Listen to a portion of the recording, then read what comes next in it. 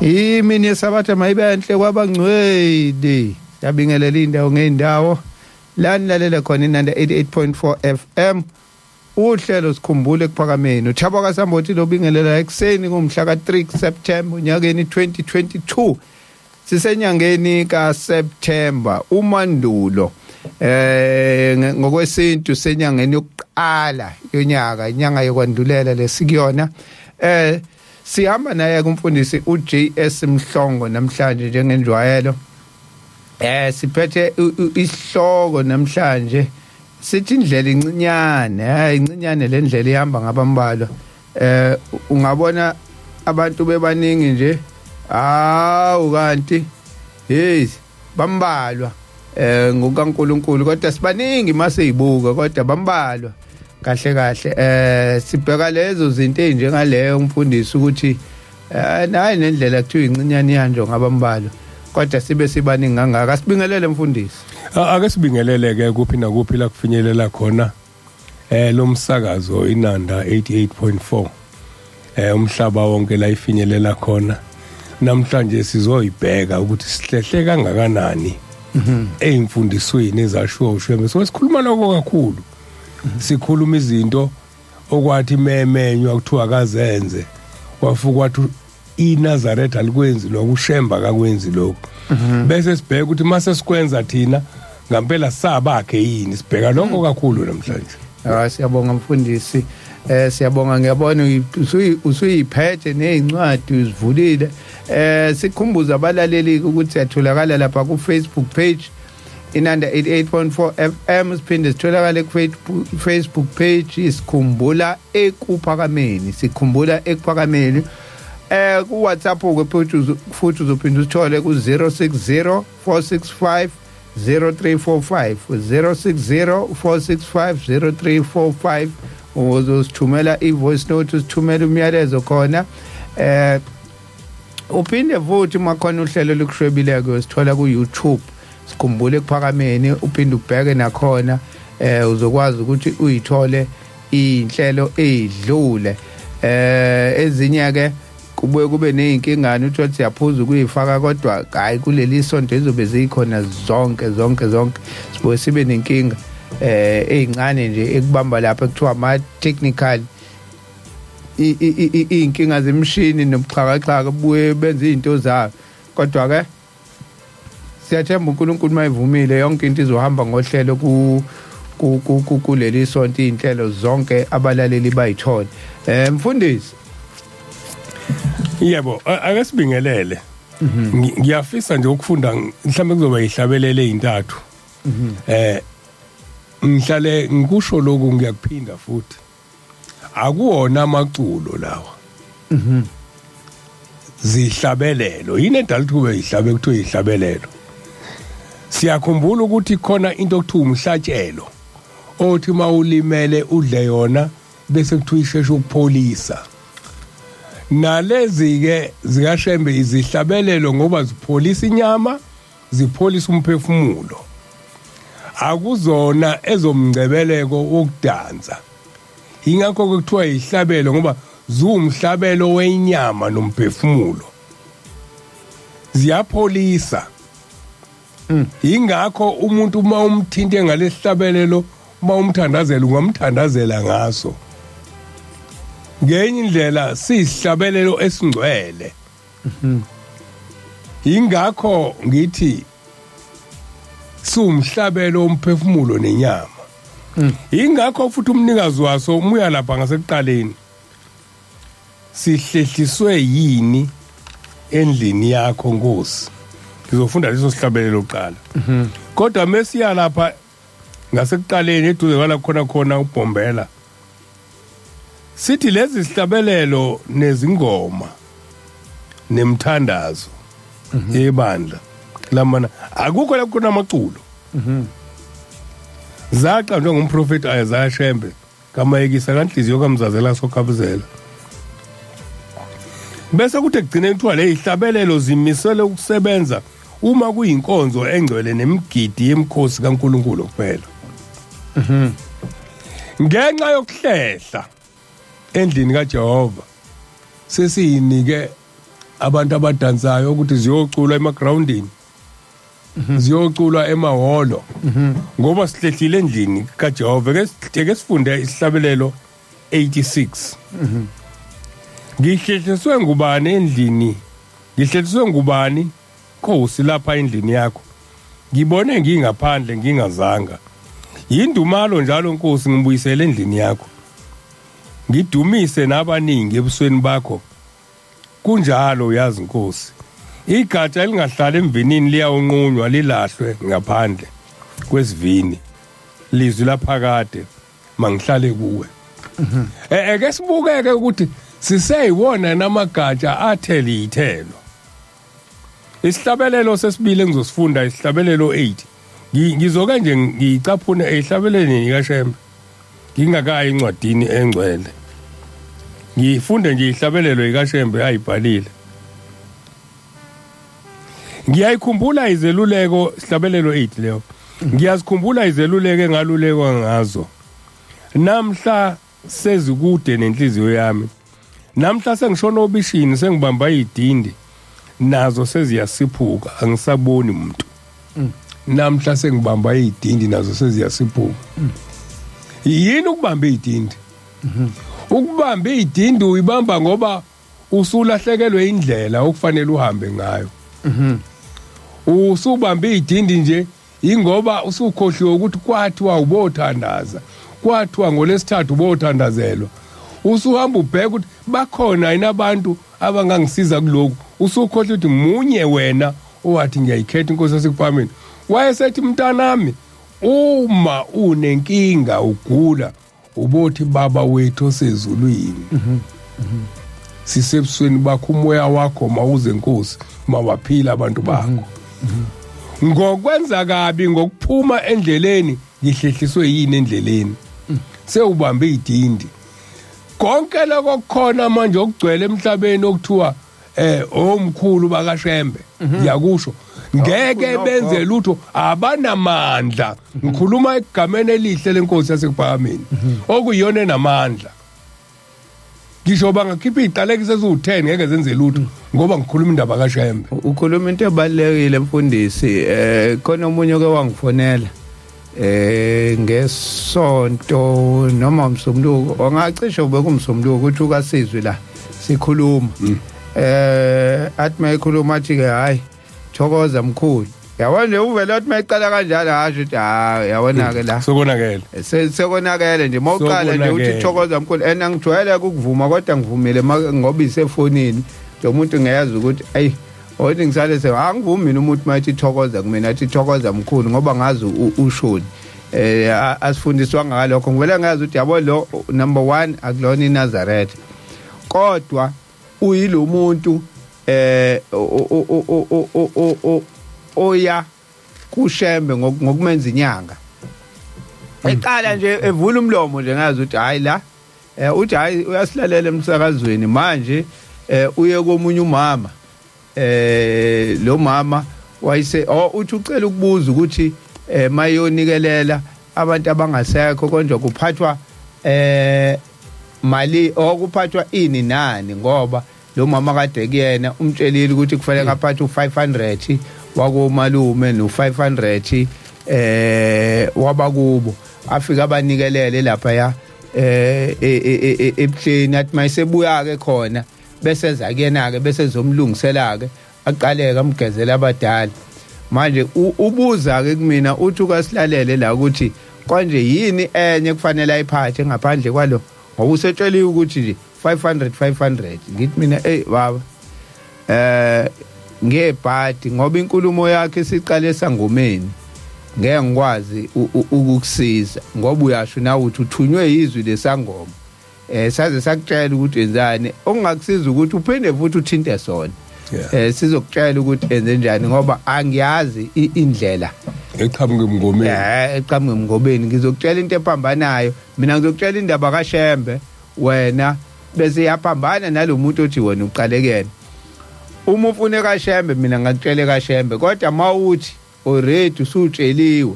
ukuthi nje udinga ukwazi ukuthi yini enye hayi cha ngeke ngikwazi ukukusiza so sinenkinga ke manje yokuthi labo gogo nomkhulu sebawabonile ama customer abo la engakhona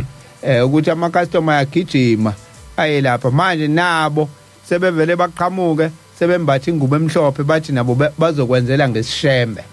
kodwa manje into efika ihlekise ufika athi hamba kushembe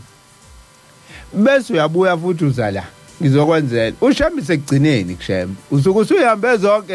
zonke lezi indawo lezi usuku usuhambe zakuxaka zakuhlula bese uyogcina kena ke manje sebeyazi nabo ukuthi hayi yabona ke uthi ngimthume ngezwi lami lapha ya aye khona bese buyeza la kodwa mina ngizomlungisela manje kunenkinga makunjalo sengisho ukuthi nomlaleli noma elalele futhi namhlanje indaba kaShembe yiyo lesiyiphethe yiyo esiyaziyo kodwa moke waqala sangomeni ukuthi uye kumuntu wafica izitiki eminyango ebhadumsana Jehova zabhala uShembe zawe zabhala yonke into wamfica naye faka umNazaretha kodwa meke wafike wakuhlolela wakutshela ukuthi uzokugezela abakini sangoma leso ake ngifunde lesihlabelelo 10 ngingakabuyeli lapha kulesika 8 umuzi wamaNazaretha lapho siya khona ukhazimula ngaphezulu kwelanga nenyanga uma ke ukhazimula phezulu kwelanga nenyanga ubano namandla okugeza umuntu angene emzini okhazimula ngaphezulu kwelanga nenyanga enezandla ezihamba imithi enezandla ezisabulala enomlomo osathuka abantu munye kuthiwa ke la umkhokheli wakhona munye kuphela uJehova kuphela inkosi enamandla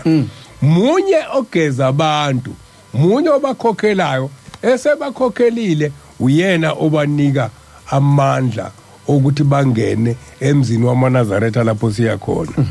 kuthiwa ke umkhokheli wakhona munye kuphela uJehova kuphela inkosi enamandla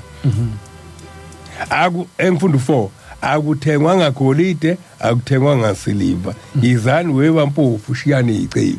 u500 uma umpofu uzawuthathaphi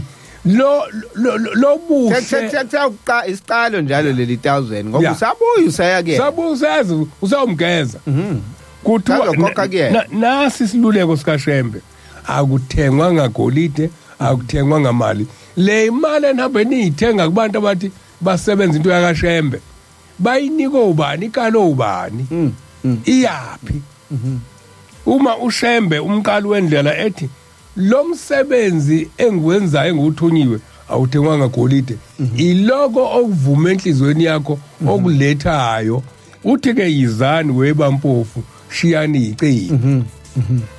o500 abeyicebi wena uzohlupheka uzufa ungasawubona umuzi wamaNazaretha okhazimula phezulu uthi yizani webampofu shiyani icebi akangigcizelele kolalele njengamanje mhlambe nongelona eNazaretha umfundisi la ufunda amazwi kaShembe yebo so manje mawuthunywa izwi othi wena uye kumama ohlolayo noma uye kugogo noma kumkhulu wasekuthuma enye into leyo ukuthi ungaya nje usufika kumfundisi uthi usuyiphethe into umfundisi uke wakhuluma la ngokuthi namhlanje sifika siphethe ovaselini kungashiwonga ukuthi ithenga ovaselini ithina sifika sesiphethe sesiyazi ukuthi kuzofunekani phambili manje awukwazi ukuthi ufike uye bese kuba wena futhi phambili usufika usuphethe lento le uthuthunywe umuntu oseceleni ungakezwe ukuthi cha la ekhaya khamba kanje akuphikiwe ukuthi unganikela ngo500 ngoba unamandla awo uthe nje wena hayi cha nginamandla mina ngisayonikela nje khona umuntu okafika anikele engazili ukuzobika inkinga yabadala nani cha uthande nje ukuthi uzonikela nje cha uNkulunkulu usangiphilisile emhlabeni cela nami ukuzonikela nje ngibonge ngizobonga azayibongela impilo nje ngizobonga ngathi uNkulunkulu angaphinda ngiphe eminye iminyaka futhi azoyibongela ni kodwa le yomkhulu nogogo and siyandile emfundisi lento ukuthi amaNazaretha abizane ngomkhulu nogogo iqhamukapi ngoba uShembe usinika amagama wathi uma unkosikazi uJamangweni uma uyinkosazane uyintaba yepheza noma uyinkosazana uma uyindoda uyinhlali suthi siqale sabizana ngoqhawe iqhawe selinqobile uqhawe nje usunqobe iphi qale lapha indaba kwafika oqhawe kade kunonkosana kunonhlansuku kade inhlayisuthi nje eliphelele inhlayisuthi kamkhulu igama lele sinikwa ushembe ukuthi siyinhlayisuthi ngisho noma kumenyezwa yonke inhlayisuthi akaze kuthiwa bonke oqhawe khona lapho eke ngixoxa indaba kwakukhona intombi ziningizelwe indoda ngelinye ilanga kukhona enye eyiphethe kahle eyayaziyo ukuthi ayihambi imbondo ayihambi ingoma ayihambi imdanso kuthe uma siyimo ngisho noma ungenza kahle kodwa mase uyiqhenya ngokwenza kahle uNkulunkulu uyadeda kuwe ngoba ukwenza kahle kwakho ukunikwe uNkulunkulu le intombi ke ezinye zenza imkhuba zenza loka naloka lenye iphethe kahle ithema isibona ukuthi yona isinedumela lokuyiphatha kahle yayisiyinika igama layo elisha yayisithi ngudelisa amabhungu ngudelisa amabhungu kuthe ngelinye ilanga igama lele angalazi uyise iyazazi izingane zakhe ukuthi uyiqambe wathi obani ithele ntombi mayisiqambelele igama ithi inkosi kwafika insizwa ziyisihlanu zifika kubo kwale ntombi zafike zathi socela ukukhuluma nodelisa amabhungu yathi le ndoda akekho udelisa amabhungu la zathi le insizwa ukhona wala ekhaya cha mina nginosibanibani zithunywe omubi kuthiwa ziyagcina le ndoda athi kongenana ngenikhiphele izingane zami niyibone yayisikhipha zonke wayesephuma nalomntwana owayenegama elihle elinikwe uyise elaline sibusiso wayesephuma naye kanye nodade wabo kuthiwa zabuka le insizwa zasithi nanga udelisa amabhungu wese mangala uyise hawu le ngane yami isalifunela igama isiqamba igama layo kuthiwa wesethu ngampela mntwana mkwakwenze njani wathi baba ngangiyibona senginqobile wathi uyise unqobe kanjani usesemhlabeni uzuyinika igama ngakunika igama mina nesibusiso kuthiwa ithe isuwele insizwe ezihlanu zayiphenduka zibe izinja zazimthatha ibaleka naye ukuyishintsha igama elinesibusiso uyinika igama lakho ngoba suhlakaniphile labo omkhulu nogogo asebela banika ubani kuba ogogo nomkhulu ngoba ogogo nomkhulu balapha ebungomeni lento isikhombisa ukuthi umngoma kushuthi sebulidlile ibandla makunjani ngoba wonke umuntu usekuthiwa thokoza mkhulu kuthiwa hayi ku kwenza kuba nothokoza mkhulu uqhamuka uthokoza mkhulu ngisho ukuthi ufunda la ko social media impela uboya abantu bethi thokoza iNazaretha libingelele linye lithi thokoza ake ngiqhubeke nalesihlabelelo 8 sengibheka enhla nasezantsi ngisabona umuntu bonke bayizitha kimi osizini lwami ngibheke wena baba ekukhaleni kwami beka indlebe yakho ungangifulatheli inyembezi zokudla kwami okudliwa yimi kepha mina ngimi phambi kwakho ngamukele ungigeze bokufanele sisho njalo bokufanele sivuma ukuthi kunje ingoba sesibambe idindi asibuyele uNkulunkulu eke ngifundeke incwadi yezenzo yesikhombisa indimana yama51 kuze kufika kwendimeni yama53 nina abantamo zilikhuni abangasokile enhlizweni nasezindlebeni nimelana njalo nomoya ongcwele njengoyihlo ninjalo nani ngumuphi kuba prophet oyihlo abangamzingelanga na babulala abalungileyo eseni ngabakhapheli nababulali bakhe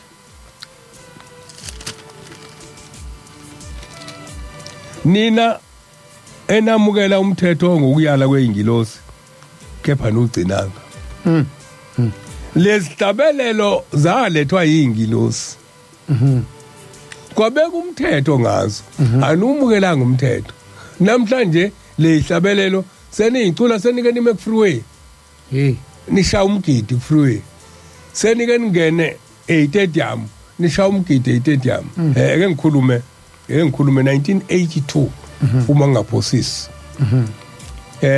eJabavu stadium ngazi noma eJabavu stadium lapha eWhite City ngathi sokuthiwa iElkha ngathi sokuthiwa iElkha lesa stadium esisho eseJabavu eGoli eWhite City abangazi White City khona la kunezindlu khona ngathi sinkwesi brown esuhalf kuthiwa into indlovu lezi zindlu ilapho ke la ngelinye ilanga ngikhuluma ngezinto uShembe angazenzanga sesizenza kufika oMkwena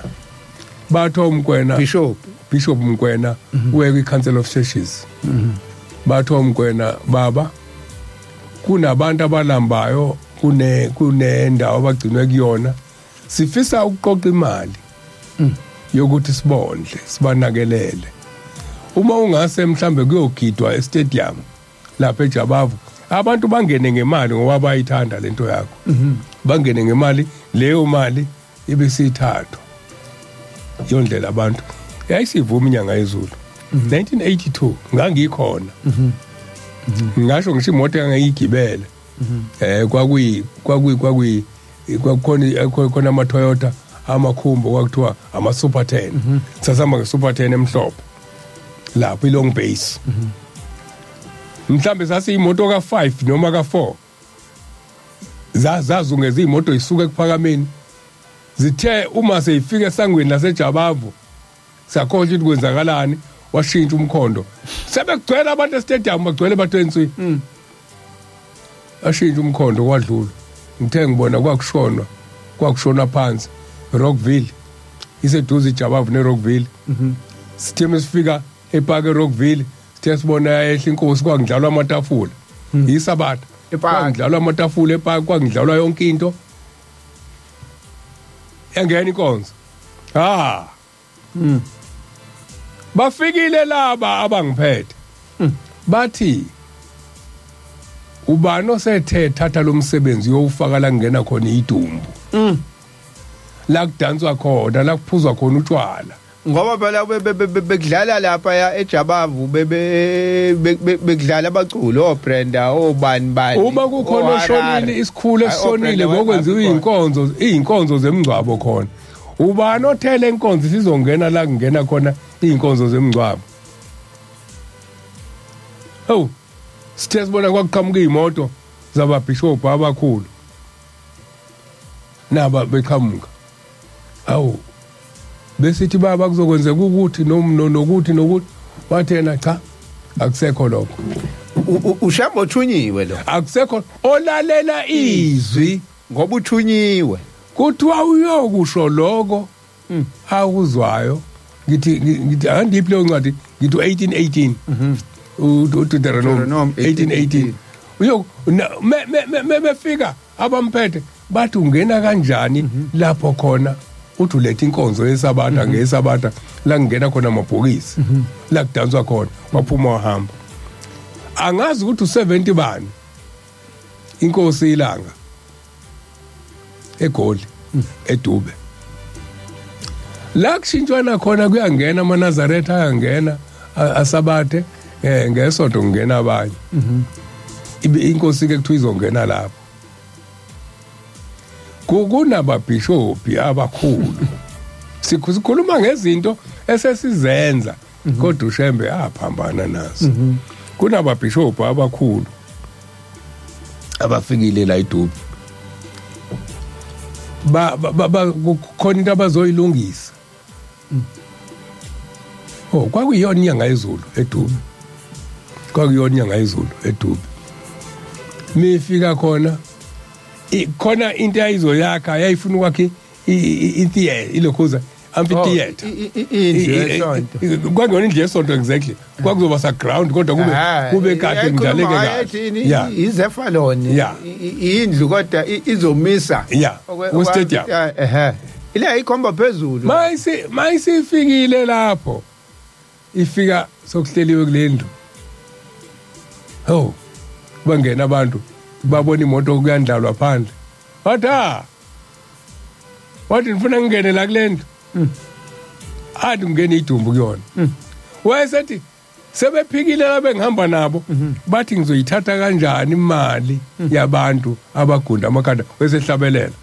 abagunda amakhanda abo bewazungeze emaceleni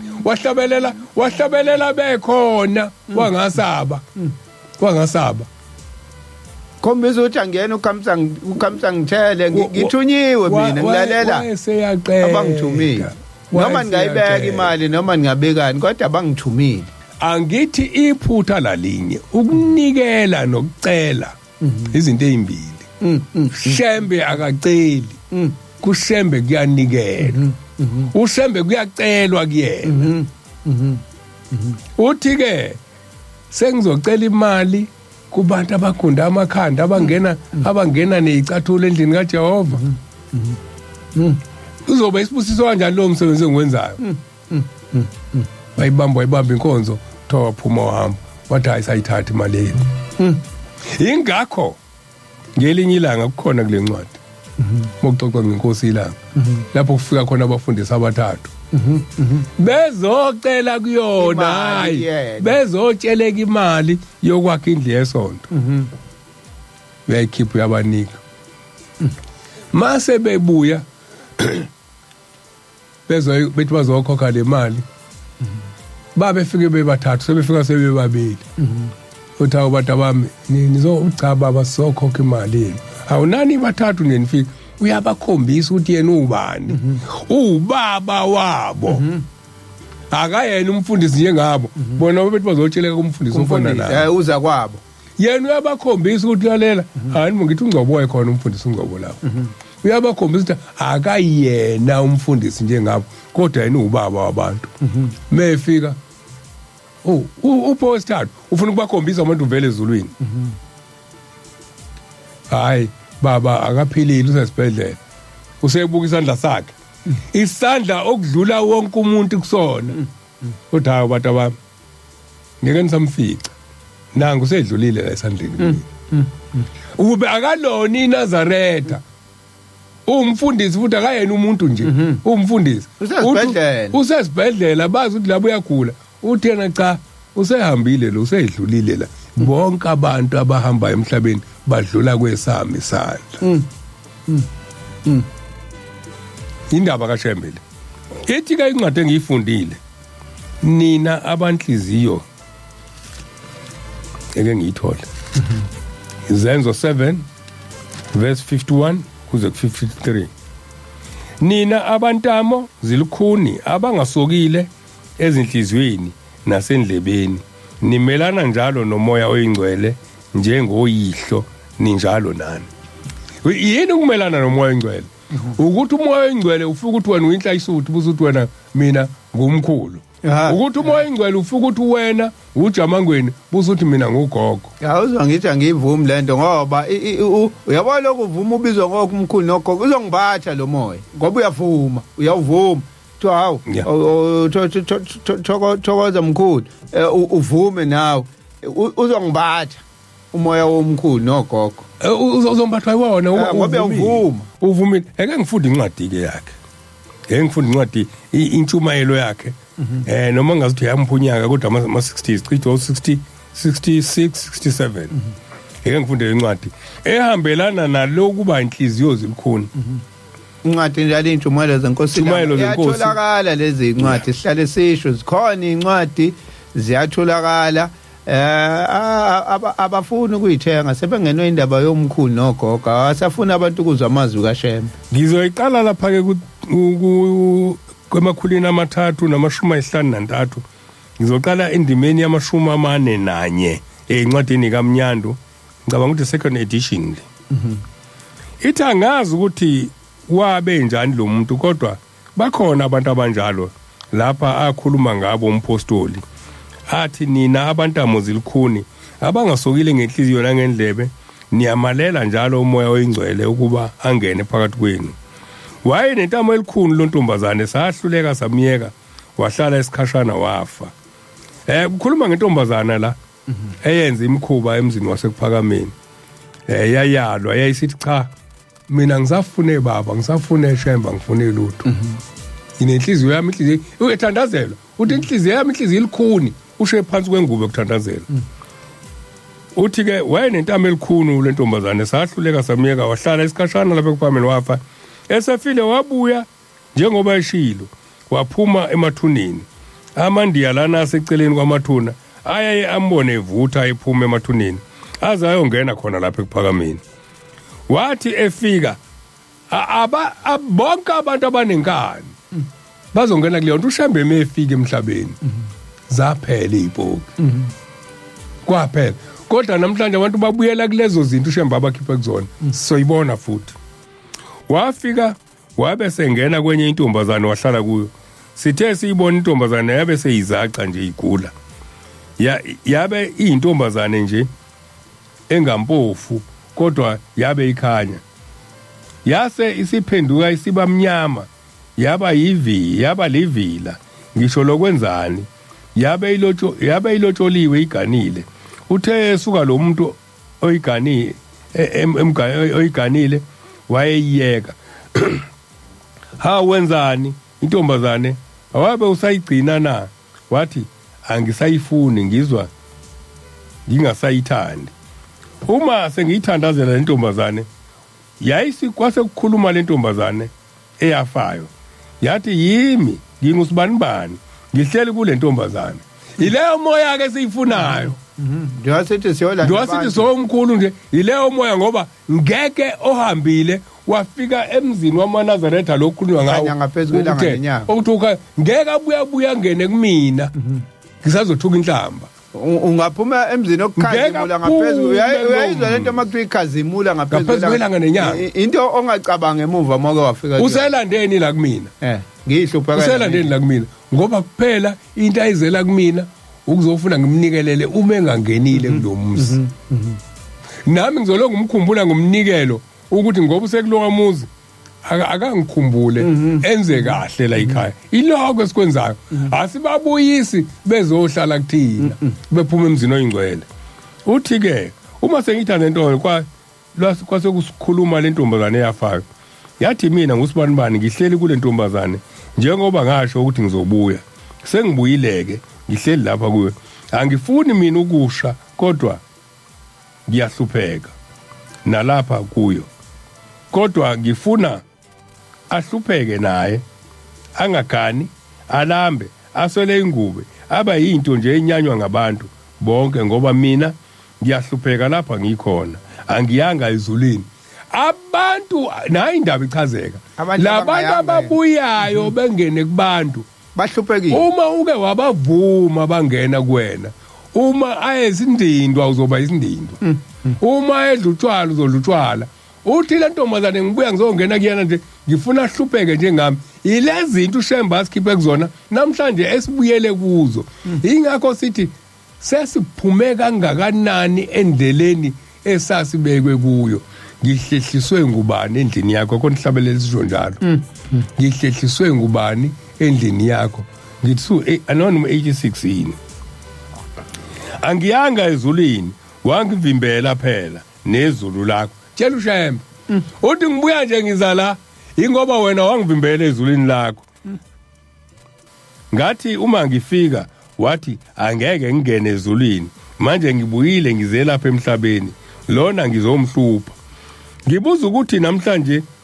usenenhliziyo elikhuni na? Ubuzwa inkosi ekhali Mthandazela. Yangibuka yathula yaseyithi hawu angazi mhlawumbe uma enginikelela ngingaba ngcono kodwa inhliziyo yami likhona. Usuvumile wangena kwena uyamuzwa lo akasho ukuthi benginikelele uthi mhlambe ngenzeka benginikelele. Wena akasuvela uvume nje bengasho ngolutho uvuma ukuthi unogogo ngokuphathwa ikhanda nje bezohamba uyohlola ngoba yonke lento yokuthi sengugogo sengumkhulu niqale niyobhula kuqala bese kuthiwa wena ungenwa abantu abadala abayingane emzini oyingcwele. Le ntombazane ke egulayo sase siyilandisa ukuthi hawu umoya omubi ukhuluma kanje kuyo ngoba yabe ingazi yona yabe ikhuluma nje ingezwe wayesezama ukumnikelela esesebenza ebamba itoho wazi wamnikelela angisazi ukuthi leyo mali ngathi ayakheni kodwa ikhona into engathi ayakhiwe ngayo yakhona lapha ePhakameni noma indlu angisazi kwaphela isikhashana ecashile engasakhulumi kulona uma ngiphinda ngimthandazela sekuphele inyanga ezinhlanu noma ezisithupha kwakhuluma futhi wona lo moya wathi usubuyile futhi wakhuluma wona lo moya ngase ngithi hawu usubuyile futhi na ngibuza uthi ke cha angizange ngiye ndawo bengicashile nje lo mnikelo wenze njani na lo mnikelo ayisuswa ngawo uthi hayi anginandaba mina inhliziyo yami likhuni baba angazi ukuthi ifana nani ngiyasha manje ngihleli kabuhlungu ngisosizini kodwa akukavumi ukuba ngiyeke izono namanje ngisahamba ngifuna amadoda yonke indawo kodwa ngiyahlupheka manje angisawatholi ngoba sengiwumoya kodwa ngifuna le ntombazane ukuyenza unondindwa ngifuna ukuyenza isifebe ngifuna ingasonti ingathandazi inganikeli ifane nami le ntombazane angazi noma seyashona yini angiseze ngayibona lapha ePhakameni yabe iyathe iyagana akwazi kwalunga angizange ngizwe nokuthi yamthola yini umntwana lapho yake yathi gana khona angisazi kodwa angisho ukuthi isekhona ngoba angiseze ngayibona ngilanda leli lizwi lokuthi nina abantamo elikhuni ngiqale ngabala izinto oshembe anikhipha kuzo naphuma abanye baphuma baphela kuzo abanye babuyela kodwa abatana benu laba abazalwa manje labafana namantombazane azalwa manje bona baphezukwazo zonke lezi zinto enabaleka kuzo abasathanda ukugcina imithetho kaNkuluNkulu njengoba ushemba ayinifundisile yona bona sebeyahlupheka kukhona ingoma yenu ethi nawe kuphakama maqhuma sohlanga awusiye omncinyane kunababusi bakwaJuda kuyavela kuwabaprofeti abawusindisa umuzi wasohlanga umuzi wasehlanga ke yilo kaJohn Dube umafukuzela isikole lesesikhona uthi ushembe kulesikole kovela abaprofeti lapha ePhakameni abayoshumayela ohlange kodwa akwenzeki lokho labantwana bethu uma beya ohlange basuke beyofuna utshwala nensango abaveli laba profeti ushemba ayikhuluma ngabo athi bayosindisa umuzi waseohlanga yini inkinga yabo inkinga yabo ukuthi thina sesomkhulu nogogo la ingane izalwa yithina ithi incwadi yeSabatha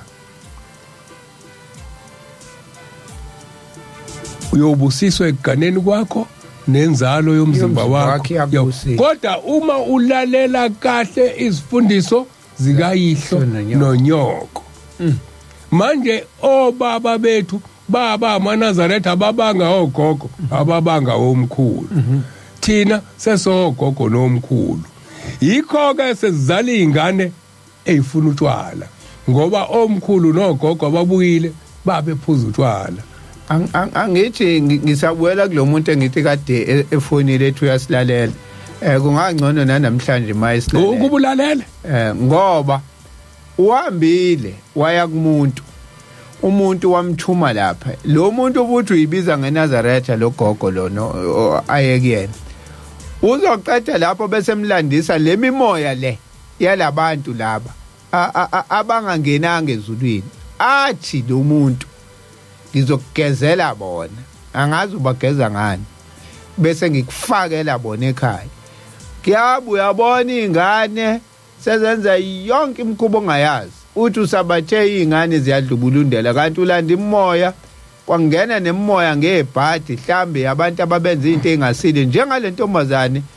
inkosi ekhuluma ngayo la kule ncwadi kulamazwi wafunda umfundisi bavele bahlale phezulu kwezingane zakho uthi uyakholwa ngala izingane ziyaphuma zotshwaleni ziphuma ngamawindi ebusuku uthi uvalile ubiyile ziyajomba ijomba ucingo iphume zilandwe izimoto ziyodansa kuze kuse ziyoze ibuye ngesonto imisebenzi yethu thina abazali akonile ingane kodwa thina esibuyisa imimoya sayifaka egcekeni uthi ke uma amadodakazi enengena indlela eshona ohlange noma engena umgwaqo ehlaya eThekwini asuke ayofuna amadoda ayofuna ukukhulelwa ayofuna izisa abuya sekhulelwe esengondi ngasithebeni angazi ukuthi azoba nhloboni asuke ayofuna izisu asuke ayofuna abuye la sondi ngasithebeni ngeke ngichazeke angakanani amantombazane manje ayilolo hlobo ahamba aphumela ngaphandle ngoba amaningi awo angayifakela inansuka ayithulwanga inhla isuthu emvamsa yawo athulwe bahambile bayiThekwini babe sebebuya sebeyileyo nto akwenzeki lokhu Shemba akushoyo ukuthi nawe kuphakama awumncinyane kunababusi bakwaJuda kuyovela kuba abaprofeti abawusindisa umzazi ohlanga namhlanje abavela abasindisa umzazi ohlanga akekho umuntu ofundayo cede bese ekhuluma ngale ndaba njoba sila kunezifundiso eziningi ezikhona lokuphakama azenzi lutho angisho ukuthi sila ngobungcwele kodwa namhlanje soyikhumbula izifundiso zakithi ukuthi kwathiwa amayifunda azobuya izovuselela indaba kaShembe ayiveli kodwa hlale ngiyikhuluma lento mfundisi ngize ngilinganise ngamaSulumane ngijwayele ukulinganisa amaSulumane ngithi thina saba elunye uhlobo lwabantu ngoba amaSulumane ene-wholesale alinaso isikhathi sokushumayela libhizinisi nendaba zamabhizinisi kodwa lithatha imali yalo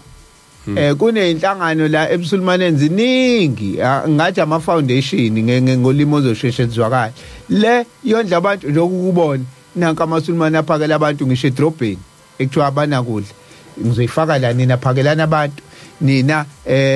laba ababhala izincwadi ngizoyithenga lezi izincwadi zenu ukubone uma ungena la ema-hotel ufica izincwadi namaQuran mahala aphiwe ube kulithathe libekiwe nje mase ungene la oyibhalile lo ayibhalile lo mnikazi wehotel uthe ngoba mina nginawo nje amaQuran nami ngifunda kuona njengoba ungizwe ngikhuluma ngamaSulumane wena ngoba uyabhala ungalokho hamba udayisa mina ngizothenga ngibeke la isitolo sami bafika abantu abathanda indaba kaNkuluNkulu bazofike bathathe imali shuthi uthengela abantu abathanda indaba kaNkuluNkulu ukuze bayithole kalula omunye uthatha imali kunezingane ezingafundi hayi thina sofundisa izingane uyabona nje leyo nto njengoba usho nje mfundisi ukuthi sinezifundiswa namhlanje sineyinkinga sizokugula zikhona sokhuluma thina sikhuluma ngeze ukuthi ukudla okugenetically modified okunama GMO kuyingozi kangakanani kuamanzi namhlanje phuza amanzi bakhona abantu abayifundela abathi vu ufuna uze kuyena lo dokotela womNazaretha ngoba uyokhipha imali akanaso isikhathi sokuthi athi noma awuzungabona ngisho emhlanganweni kuthiwa hayi ke mhlangano ake siluleka abantu namhlanje eke sifundeke siqhubeka uShembe wengakhulumi ngomuzi wasohlange kuphela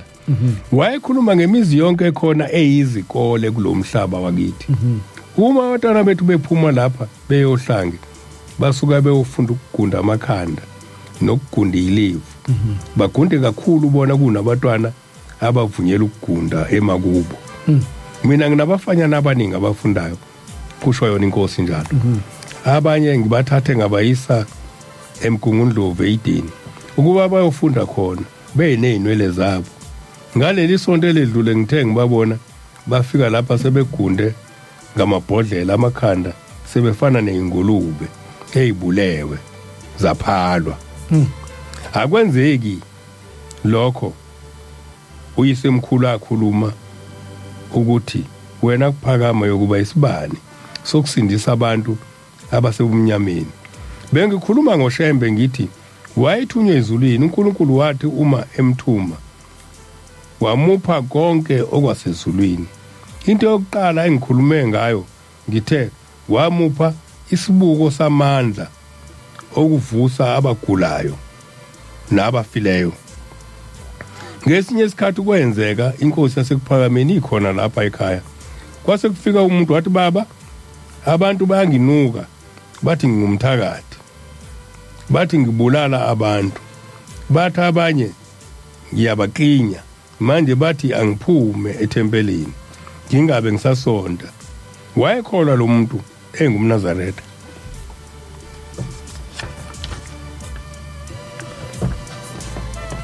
yathula inkosi yathi wena mntana muthini wathi cha mina izandla zami zimhlophe uyasibona nawe baba angikwazi konke lokhu abakushoyo kimi bathi ngabulala umuntu selokhu wangibhabhadisa mina ngingcwele wayesethula ke nje uShembe bathi uShembe wakhuluma ngenhlabathi waloba lapha emhlabathini ngomunwe wakhe ngoba isikhathi elokhu embuka lo muntu abuye alobe uthe esuka wayesebuza kuye ake ngibuze leli shumbu eliphanyekwe phezulu endlini yakho elisithwe ngotshani ukuze lingabonakali ngelani wathula lo muntu wabuza futhi ngiphendule ukuthi leli shumbu elilenga endlini yakho elimbozwe ngotshani elibonwa nguwe wedwa lingabonwa ngabanye abantu ngelani futhi ulala wedwa nje kulendlu yini indaba ngoba unonkosikazi wathula lo muntu likhona ishumbu endlini yakho eliphanyekwe phezulu na wathula uShembe wathi ngizokutshela ke angizothula mina wayesebuza uthi leli gazi eliphakathi kuleli shumbu ngelenyamazaneni impunzi imbabala imbuzi inkomo noma inkukhu waqala manje umuntu wakhala wathi hawu baba bese ukhuluma konke pho wathi uShembe cha ingani kusho wena wathi angikhuluma ngitshele leli gazi elasilwane sini wakhala manje lo muntu leli gazi akusilo yini elomuntu na kubuza uShembe wathula lo muntu wazisola manje ukuthi ubezelani lapha ngakungcono ukuba usolwe yibandla angezi lapha ngoba ubaba ubengashongo lutho kuye wayesethi ke ubaba uyabona ke mntanami umuntu umbulele wayesethatha igazi lakhe walifaka eshumbini kukhona okubi obuzokwenza ngaye wamciya futhi wamenze nje wathi hawu baba ubone ngani wathi bengikhona mntanami awuzwanga lolu uvalo bolukushaya ngilizwile bekuyimike uma umhlinza umuntu bengikhona ngakuthethisa ngithi ukwenzelani lokhu kodwa waphikelela wakwenza ke sibuzeke ngoba uma uzoba umkhulu noma uzoba ugogo kunezi4 FM kwaMashu Phoenix Durban North Danga Claremont siyakwamukela kwinanda 88.4 FM we are today's best radio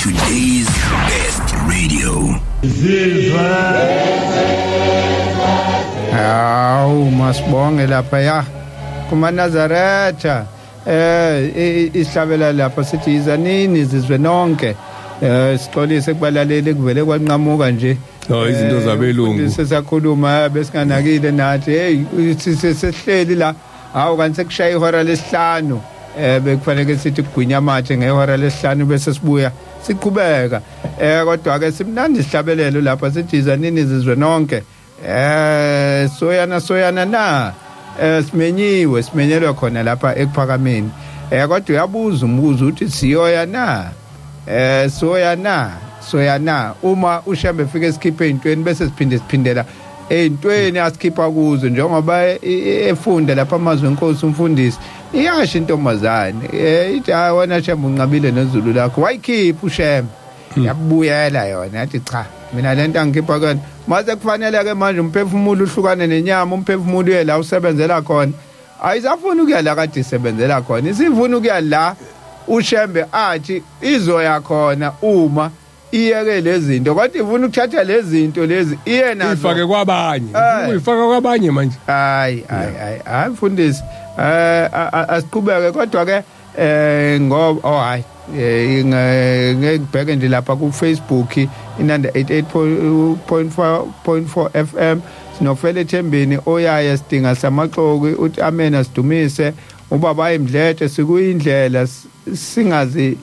singazihlulekela nje kodwa yonke into iphelele from baba eMdletshe emZum eMtuba unonkumbambo amen bangcwele nkumbulo Mthembu nayo leyo weekend abathi inkulu sisonke kuyisabatha Mjabulelwa Mondli kweyama sisonke zokulalela ngendlela. Siya Ledoski amen ngilalele ngisekhaya endwedwe. Siphinde futhi khona futhi la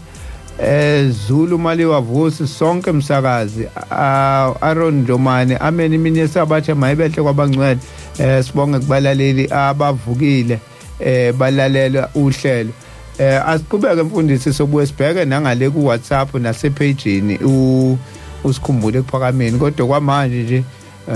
hayi ake siqhubeke ngoba kade usafunda amazwi enkosi singaphazamisi ake ngibongeke ake ngiqhubeke namanzi enkosi ithi ke le ndoda hawu baba ubone ngani wathi bengikhona mntanami awuzanga loluvalo belikushaya ngilizwile ngokuyimi ke uthe umhlinzi umuntu bengikhona ngakuthethisa ngithi ukwenzelani lokho kodwa waphikelela wakwenza uma ke uNkulunkulu emthuma ushembe lapha ezweni lakithi wamthuma kulezi zinto ezinjalo lithele inyizwi nina enemukeliswa ubukhosi ngokuyala kwezingilosi kodwa nina anililondanga namukeliswa umthetho ngokwasezulwini kodwa nikulondanga kushiwo kubatwana bakaIsrayeli nami ngikhuluma kanjalo kini ngithi lelizwi liyasho nakithi lithi thina sibizwa ngokwasezulwini ngokaNkulunkulu ngokwezingilosi kodwa siyehluleka ukugcina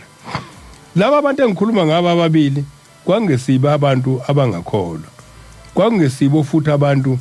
baseMelika naseweseli le ntombazane nale ndoda engikhuluma ngabo kwakungaba sekuphakameni ngingeze ngakhuluma ngabantu bezinye inkonzo ngoba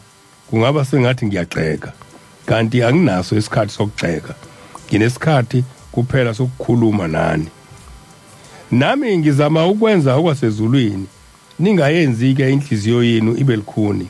ningenqabi ukuba umoya oyingcwele ungene phakathi kwenu ningabi njengale ntombazane yasekuphakameni engikhuluma ngayo eyanqaba ukuba umoya oyingcwele ungene kuye ngenkathi isaphila yenqaba noma isifile yenqaba le ntombazane yasho yathi inhliziyo yami likhuni akuvuma ukuba ngikwamukele konke lokhu ongifundisa kona ushembe wehluleka kimi nobaba wehlulekile kimi mina ngibona ukuthi uNkulunkulu uyakhetha unabantu abathandayo nabantu angabathandi angabangenisa ezulwini ngoba akusimina ngedwa nginezono kodwa ziningi intombi lapha ekuphakameni zithi uma zihamba kukhanye ziye ezulwini kodwa mina kukhuluma le ntombazane njalo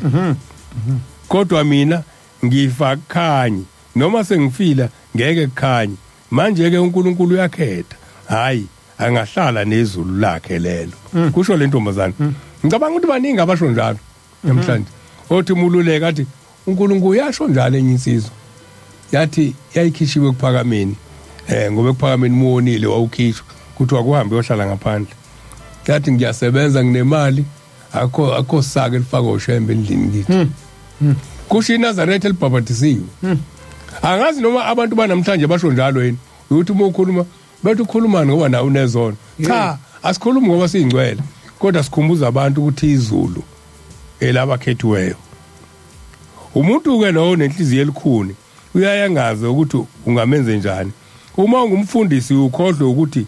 ngizoshumayela ngithini kulomuntu ngizomyala ngithini njengoba ngisho ke kini uManazaretha ngithe uma izulu ngelami ngabe ngithi nizongena ezulwini ngoba ziningi izinto enani zithanda naziyeka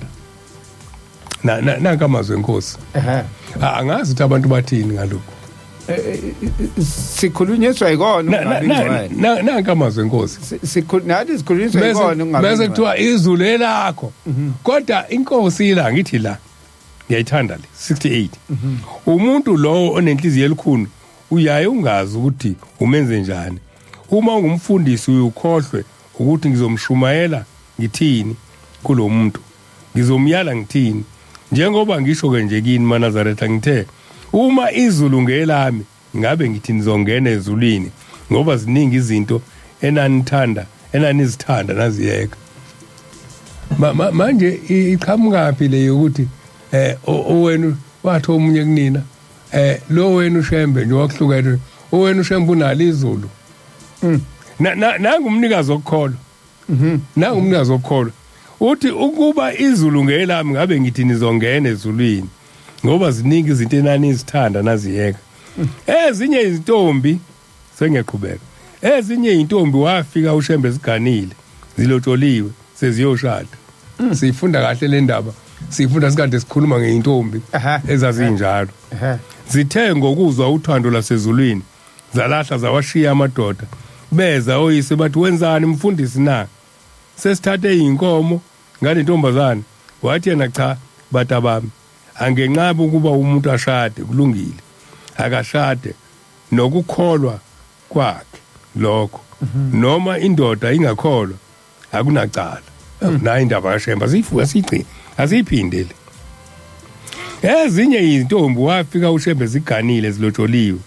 sezizoshada zithe ngokuzwa uthando lasezulwini zalahla zawashiya amadoda beza oyise bathi wenzani mfundisi na sesithathe inkomo ngale ntombazana wathi na cha batabami angenqaba ukuba umuntu ashade kulungile akashade nokukholwa kwakhe lokho noma umuntu noma indoda ingakholwa akunacala intombazane ithi cha sengizwile ukuthi kukhona izwe elihle kunomshado angisabuyeli khona sengizwile ukuthi khona izwe elihle kunomshado angisabuyeli khona mayibisi nobusika ngiyabazi labantu okukhulunywa ngabo unobusika ngiyamazi mayibisi ngiyamazi ngikhuliswe uyena laba baphuma kanjalo emazweni akubo nezinye intombi ziningi ezashiya izingubo sezithengiwe zokwaba nakho konke bashiya izinkomo sesemakhaya bahlupheka oyise sebebuyisele emva nezinto zabantu akashongo uShembe ukuthi lamantombazana wenze njalo bazenzela bona sebezwe uthando lasezulwini oledlula zonke izinto olungafani nalutho thando lasezulwini oledlula zonke izinto olungafani lutho uShembe wathatha isikhashana kulelizwe wayesengenisa isabatha esafika lapha wayesonta ngosuku lokuqala okuyisonto kuphekwa nokudla okushisayo kudliwe ngesabatha wabahlenga abantu wabe sengenisa isabatha waqala wababuza abafundisi wabavulela nezincwadi nami wake wangibuza ngangisafunde emazimtoti ngaleso sikhathi kwakunguJulayi wangivulela incwadi wangibuza kwafumaniseka ukuthi angazi lutho angiyazi indaba yencwadi yeBhayibheli wabuza ukuthi uthini wena uthi leli langa esisonta ngalo liyilo yini ngase ngithi mina yilo baba wese ngivulela incwadi esethi uthini ngale ncwadi uma ngiyifunda ithi ilanga lesikhombisa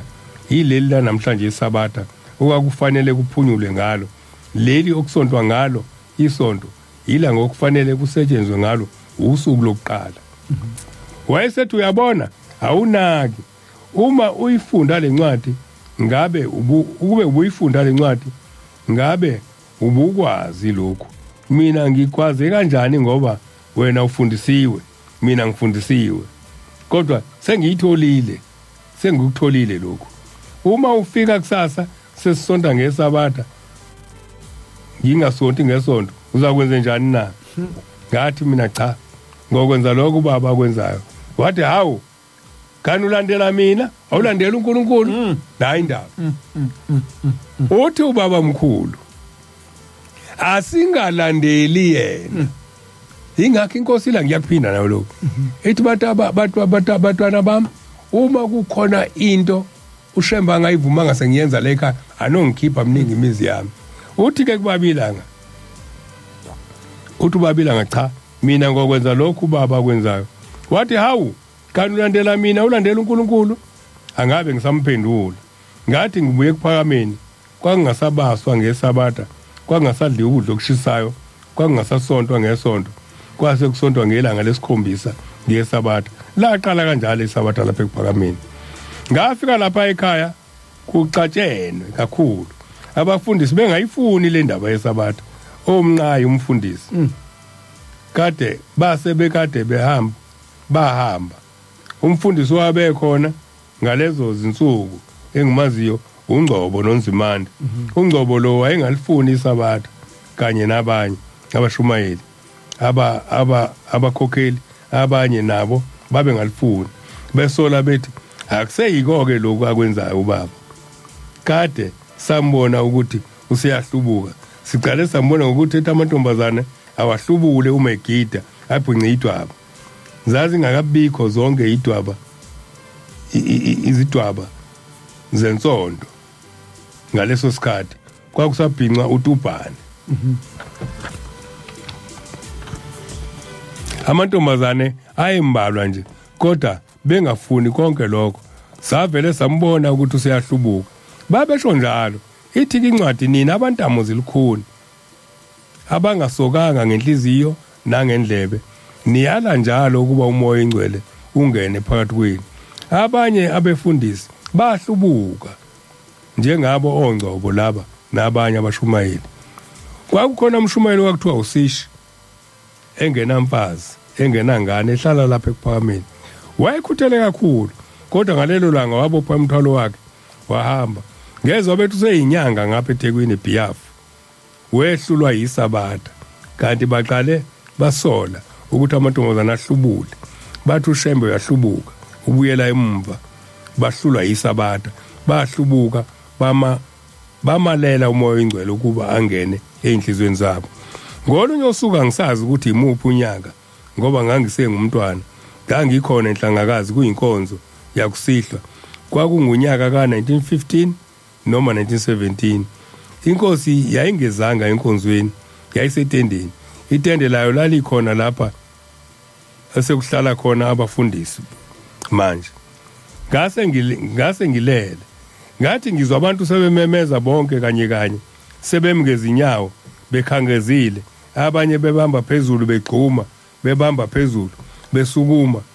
Nami ngokuba ngangingazi ukuthi kwenziwani. Uma ngibhekisisa ngase ngibona ukukhanya okungathi kuyibhola kuyeza kwehlela phezulu kwabo. Kuthi uma kusondela bethi bayakubamba bese kuyahamba kubuyela phezulu. Kulokhu kuzungeza ethempelini kubuye kwehle kubuye kuhambe kuye phezulu. Ababebhekile bengalele njengami bathi bakubona lokhu kusuka khona ethempelini kwehlela phezulu kwabo. Singane lesikhathi ngimile lapha ngikhuluma amahora ngaphezulu kwamabili. Laba bantu belwa nokubamba lento ingabambeki. Ababegula lapho kwavuka izifo, abanye baphila, abanye babanjani. Yabuya yanyamalala lento. Uma esekhuluma umnikazi wezinto uthi bekungesiso isibonakaliso. Bekungumoya lo eniwulindele. Kade nifikile lapha entabeni nilindile umoya engcwele, nilindile umoya engcwele, nilindele umoya kaNkulunkulu. Manje ke bekuyiwo bewehlile ezulwini. Ulindele ukuba ungene phakathi kwenu kodwa akekho noma munye owamukelile. Lokhu kuba wehle ubuye ukhuphuke indawo ungayitholi. Bewuthi noma usola ukuthi lo umuntu uzowamukela uma usufika khona indawo ungayitholi. Kubuye udlule uye komunye kube sengathi uzowamukela kodwa ufike kuye indawo ungayitholi. Uthi ke uShembe sonke lesikhathi bengiloku ngithi awufune mhlawumbe nasezinganeni ezincane uzoyithola indawo. Nasezalukwazini ungayitholi indawo. Mhlawumbe nasemakhehleni kodwa uzange uyithole indawo. Akukho umuntu owakudla ukudla ngalelo langa. Abantu bakhala njalo ebusuku nangakusasa bavuka beyidumbu bengathi bafile ngobuhlungu beinhliziyo. Yayinhle leyo nto beyithanda. Angizange ngizame mina ukuyibamba. Ngangisengumntwana kakhulu ngaleso sikhathi. Ngingazi ukuthi konje kwenziwani. Kodwa abadala abantu basebenza kakhulu bezama ukuyibamba. Babe ingcosana abantu ngaleso sikhathi. Ukuba kumanje abantu abaningi babeyolimala, abanye babeyokhwela phezulu kwabanye. Kodwa ngayibona lento. Uthi kumpostoli nina abantamo zilikhuni niyala ukuba umoya ingcwele ungene phakathi kwenu. umoya oyingcwele ungenye into maNazaretha sitheke kule nkonzo sikuyona namhlanje sibuza ukuthi sihlehle kanjani sihlehle kanganani uNkulunkulu uma ingafika lento namhlanje lesikhathi nicabanga ukuthi ngamthola yena umuntu engangena kuyo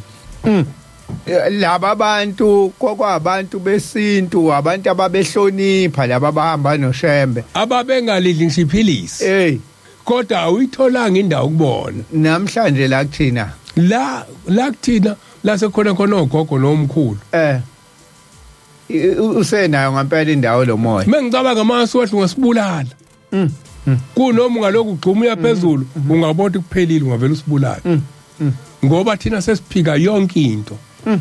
sihlaniphe kakhulu siphika yonke into ngilalele mfundisi ngikhumbula indaba ngithi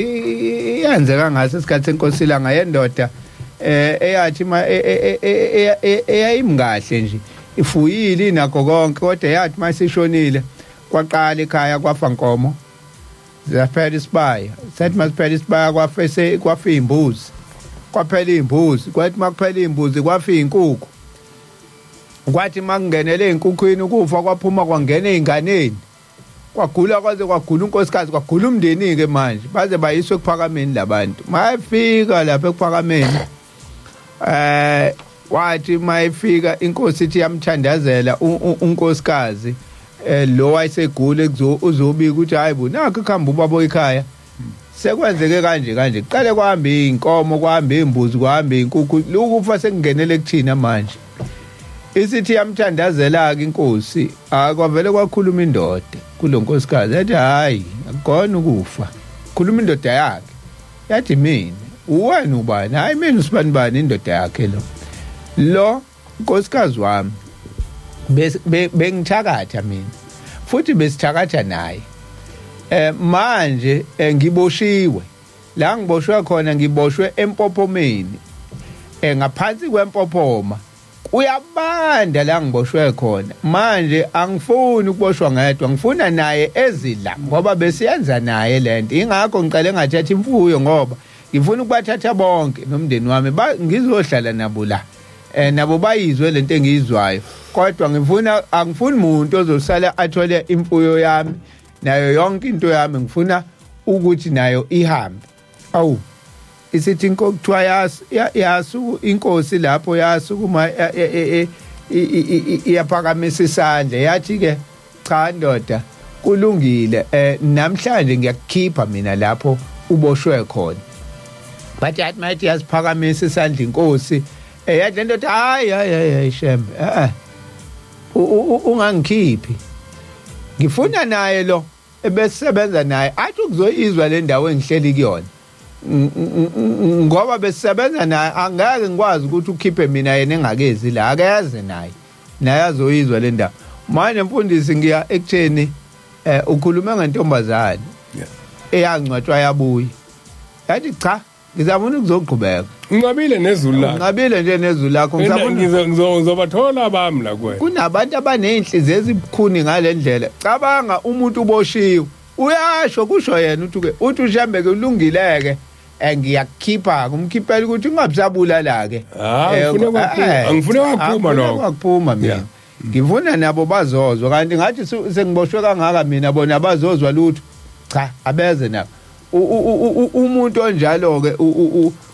ungayithini indaba yakhe ngoba uyanqaba akafuni uShembe uzomkhipha kanjani ngenkani ngoba akafuni now labantu ke esiya kulabo gogo nomkhulu bathi bayabalanda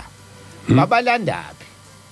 ngoba akekho umuntu ongavuma ukulandwa ezulwini abazosithakathisa njengoba siphila nje mfundi isikhathi asiphileli nuke ezulwini abazosithakathisa njengoba sithi silandela uShembe asimlandeleli ukuthi masisuka la sifuna yakulomuzi okhazimula ngaphezulu kwelanga nenyanga esingazi ngempela siyofika kodwa sisebenzela wona ukuthi siyofika noma esifika sazi kodwa sisebenza uma siphelele endleleni sinethemba ukuthi abasele ngemuva bayosinikela basicelele kodwa ukuthi basiphushe bangasilandi basiphushele khona ngimnikele ukuthi sicela Nkosi ubakhumbule baze bafike lapho kulowo muzi osethembiso ake nginqambule indaba yesibindi sokulalela uShembe kuthiwa abafundisi bahlubuka ngicabanga ukuthi kube yibona laba abehlelwa ilesehle sehlela indoda yakandlangisa babezomtshela ukuthi hayi uyadlala wena wezomshiya emotweni mhlawumbe ahambe ngonyawo mhlawumbe wezovela adrive adlule ngelinye ilanga undlangisa udriver wenkosi ilanga ngelinye ilanga ithi le ndoda ixoxa le ndaba xoxa indoda yakambethe ukufa nokuvuka kandlangisa kodwa isihloko sendaba sithi uShembe uyakokamukelisa amabutho kaIan Smith ezimbabwe kuseyiRhodesia ithi ke le ndoda undlangisa ithi savuka ekseni nenkosi sahamba ithi ngangatshela ukuthi kuyiwapi wawuvela ushayela impempe nje kuthiwe ngene emotweni othi uma ufika etshenele emhlophe kukhonje kuthiwe left ungene ku left yothi uma ufika emgwaqweni ngelanga kuthiwe right kuyiwe emkhomane ilanga kuthiwe left kuyiwa kaZulu uthi yahamba imoto saze sabona ukuthi sawufika emasangweni la kuhlukana khona umzansi nezimbabwe uthi sangena eRhodesia uthi sangena sokumnyama uthi sithema ngifuna ukukhuluma kakhulu ngokuthi kunabantu abanesibindi abathi mebethunywa uShembe into athi noma enovala athi sengithunywa ukugcina uthi sathi masingena khona uthi sithema sifika eke siyeke kunyanya abantu ngoba sithi banje ngokuxhumana nabo kungenzeka ubazuze uma bazophenduka kanjani uma ungabashumayisi uthi mebefika lapha bafika indawo zokulala isekho zonke uthe besithi inkosi ndlangisa kuwa sebephakathi eRhodesia manje izimbabwe lenkhuluma ngayo uthi bathe mebefika phakathi uthi wasethi hamba ubheke uthi wahamba undlangisa uthi uhlangana nentombazana endleleni uthi intombazana isekho indawo zoke uchazi seyiphelile nje manje nami nje ngiphuma endlini yami sengokugcina khona la ngiyogibela imoto yokugcina akusekho nje evuliwe awupho wena la uqhamuka khona ayike indawo uthi khona indawo yami engiyiqashile uthi kune brothel house i-brothel house ila kudayiswa khona imizimba yindlu yokudayisa imizimba uthi brothel house uthi ke sengiyivalile yami wangihamba nje iyona kuphele khona uthi njengoba usuthe umuntu omkhulu wasezulwini angimotha ngangena lapho uthi undlanga seqhamtana makume kancane ke ngiyokuzwa kodwa ngiboni nami umuntu uzolala khona uthi mefike ixoxeni cha baba ngihlangane nentombazane ithi umqwayisi manje ithi ke lentombazane indlesele manje indlu yabadayisa imizimba bangashoka abantu ukuthi uShembe uyezwana nabadayisa imizimba kodwa wayezoshumayela kuyona into ibesithi inkosi cha kulungile itshela intombazane kulungile sovuka ekseni kakhulu ayinginiki indlu uthi undlangisa ngicabanga ukuthi ubaba uyolala xwayizwa khona naye ufana nami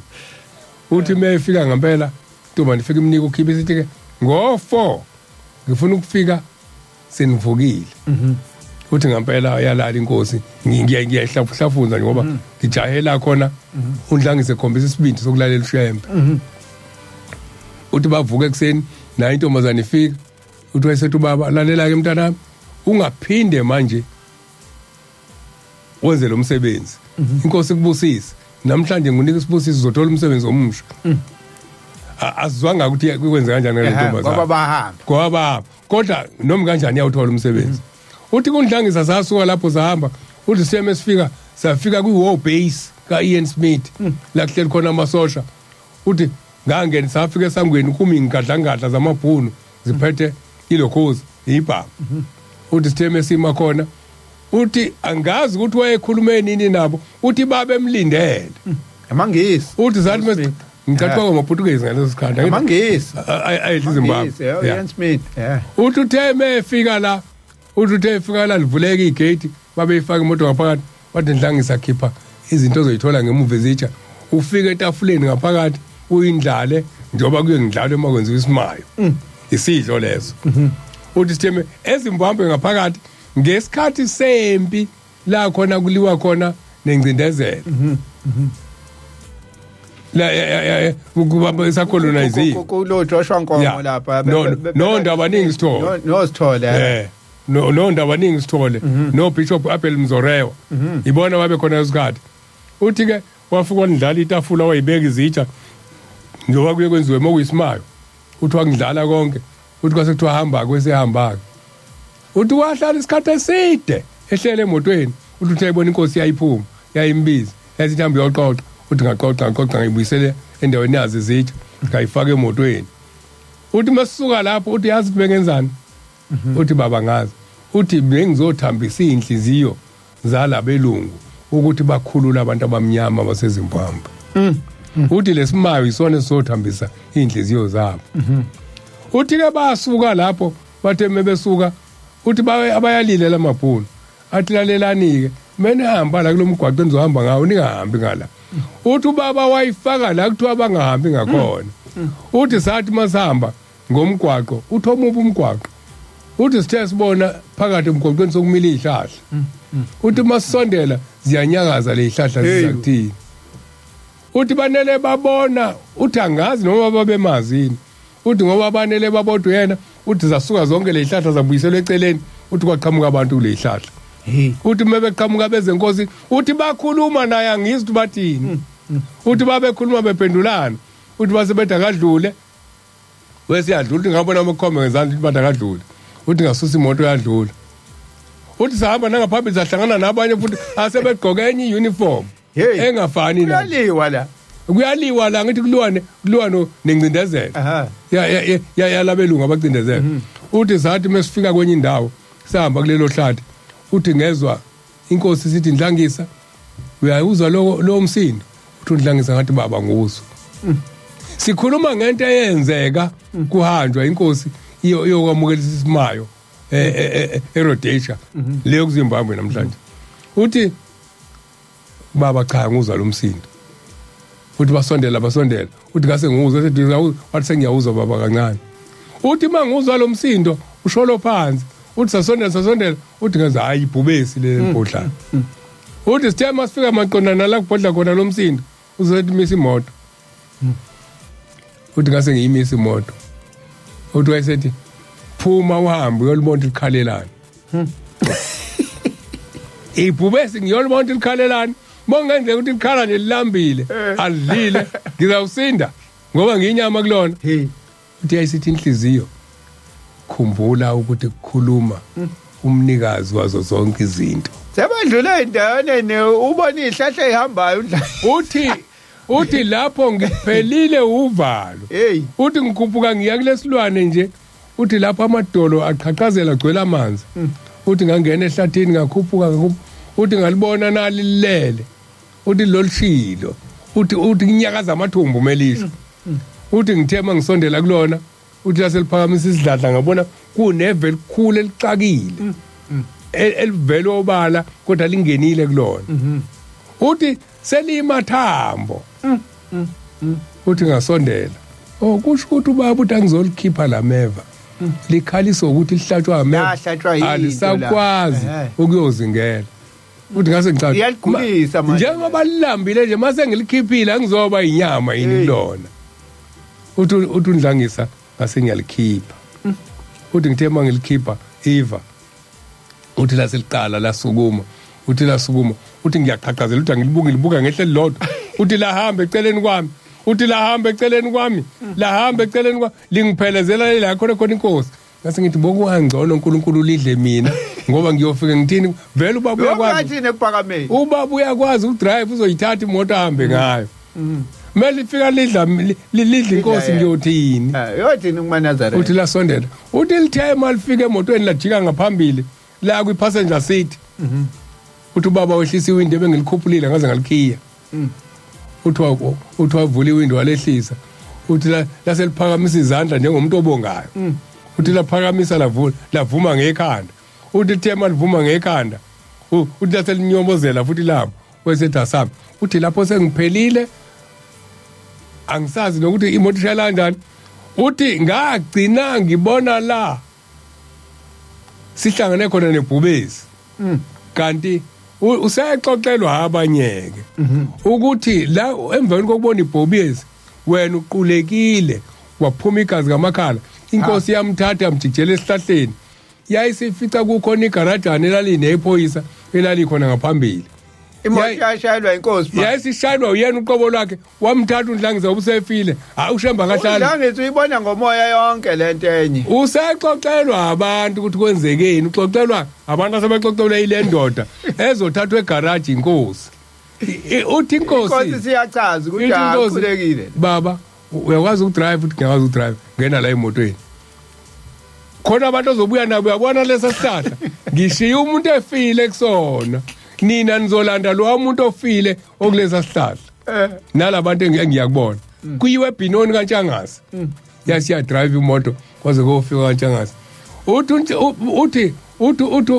uthi madonsela uxoxena uthi ubaba sengibhubhile inqawe yale ndoda khona la iya driver ithi inqawe angikwazi ukuyikhuza ngoba noShemba uthuli manje ngithi phela le ndoda phela zethi msisi akayitshela ngalokuthi uShemba uyicelile uzoyikhokhela naye boneni umnumzane bese kufika kaNtshangase kwamenyezwa kwathiwa seliphumile la kwakusho njalo inkosi mifika kwathiwa seliphumile ilanga kwagijima abantu kushawa ingcingo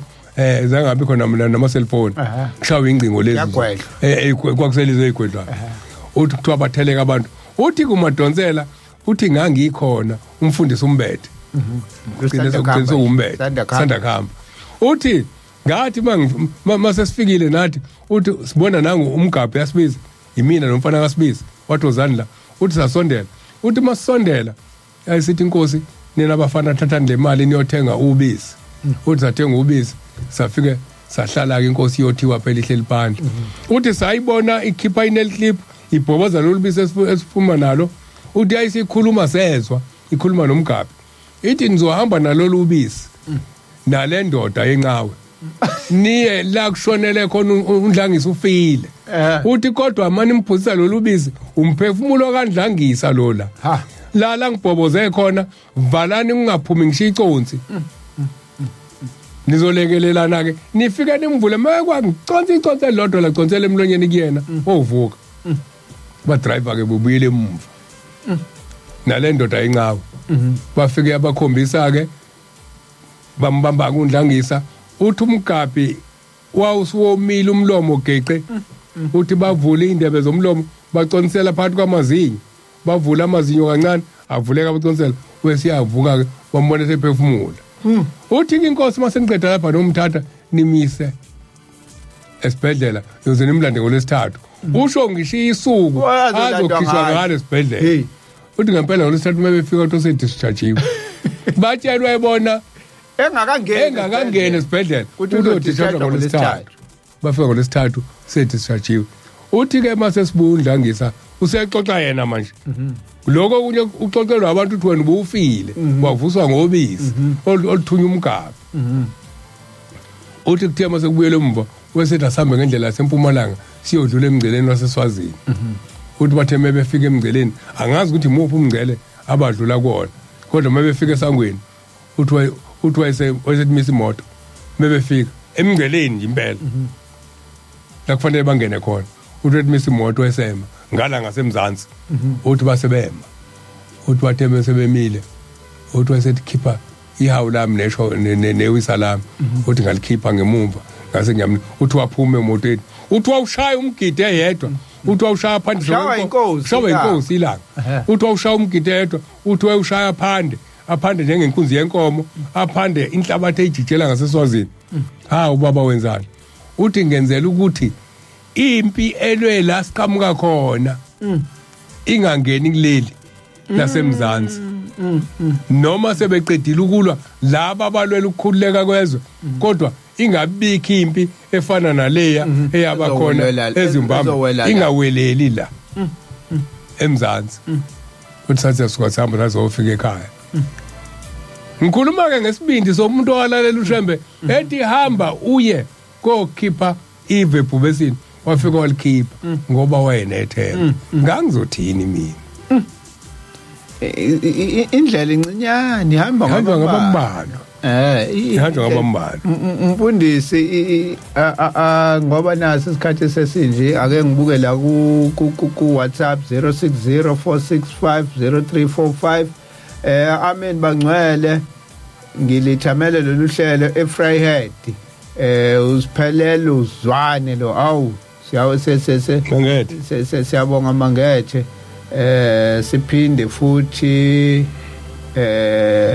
nangu babuhlongwane mina mesabatha ibenhle kwabangcwele nhlansi uhlongwane enyulenze ushembu indlela neqiniso amen hawu siyabonga babuhlongwane siphinde futhi la sine voice note ke sizwe voice note sisabheka ivoice note yethu asiphinde sibheke lapha ku Facebook kusikhumbule kuphakameni usimami Mtombo Matsepe uthi amen ule majozi likhozi uthi amen wandile siphephele baba Sambothi mzilikazi sibethe Mloyi hawu Mloyi ke Masgrave uthi amen ngikhona nginilalele siyabonga Xolani Sangweni sekebanje ubuthongo kodwa sengivukile nginilalele hawu vuka Sangweni Mzwandile Lloyd Nazeri Ntshebe amen baba Sambothi nawe mfundisi Mhlongo ngilalele ngise Street Watchers eMaritzburg inkosi nibusise ukutsipha amazwi aphithayo amen usifiso Manyoni ngikhona nginilalele TM Bonga Mbuyisa Cusi lendlunkulu uthi amen naye ulalela ake sizwe le voice note le ukuthi ithini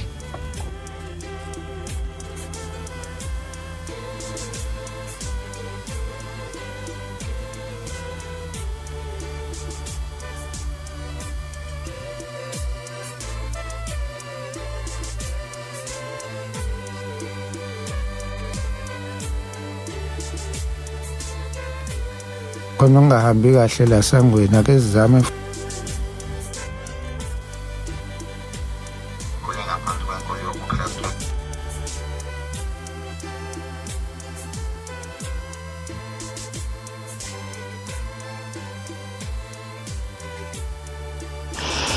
besikade sikhuluma sanibonani bo baba lapho estudio usakweni lokhulumayo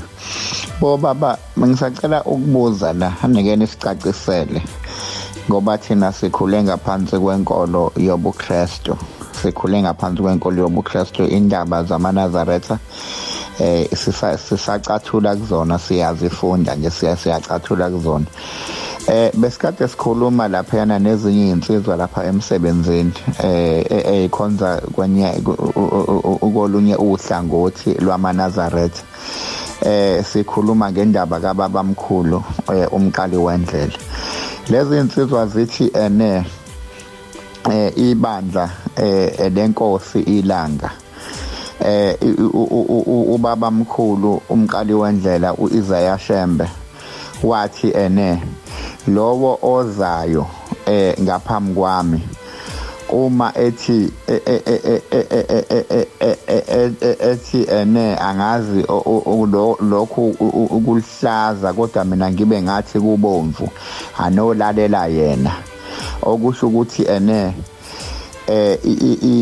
into ekhulunywa uyena kodwa mhlambe ephikisa into eyakhulunywa umqali wendlela uyena okuyofuneka simalalelwe ngoba uyena ongumnikazi webandla inkosi ilanga okusho ukuthi lowo oyolandela ubabamkhulu umqali wendlela uma ethi uma ephikisa ezinye izinto ezazikhulunywe ubabamkhulu kuyofuneka kulalelwe yena manje kodwa ngizwa enye inkulumo ekhulunywa umfundisi umhlongo lapho estudio ngicela nikene sicacisele nje lapho ngoba besikhuluma kakhulu ngendaba yezinyanga namadlozi yabo besikhuluma ngalezo zinto lezo yabo